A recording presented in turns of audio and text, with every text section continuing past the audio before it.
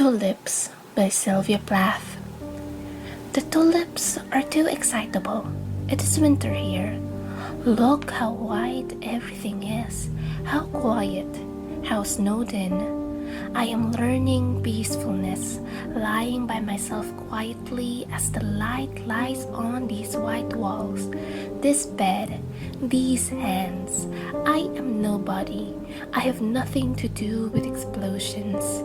I have given my name and my day clothes up to the nurses, and my history to the anesthetist, and my body to surgeons. They have propped my head between the pillow and the sheet cuff, like an eye between two white lids that will not shut. Stupid pupil, it has to take everything in. The nurses pass and pass, they are no trouble. They pass the way gulls pass inland in their white caps, doing things with their hands, one just the same as another.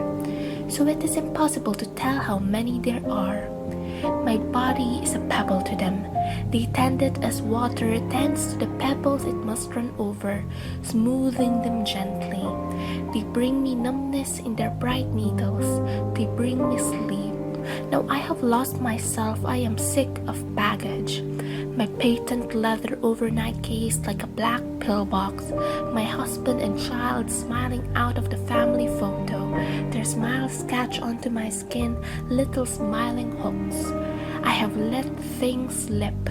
A 30-year-old cargo boat stubbornly hanging on to my name and address. They have swabbed me clear of my loving associations. Scared and bare on the green plastic pillow trolley.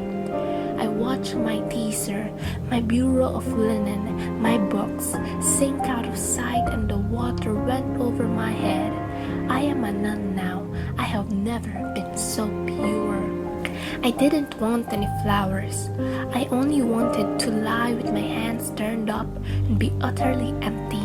How free it is. You have no idea how free.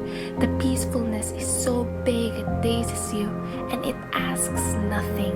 A name tag, a few trinkets.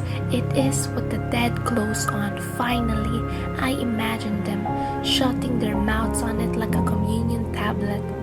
The tulips are too red in the first place. They hurt me. Even through the gift paper I could hear them breathe. Lightly, through their white swaddlings like an awful baby. The redness talks to my wound, it corresponds. They are subtle.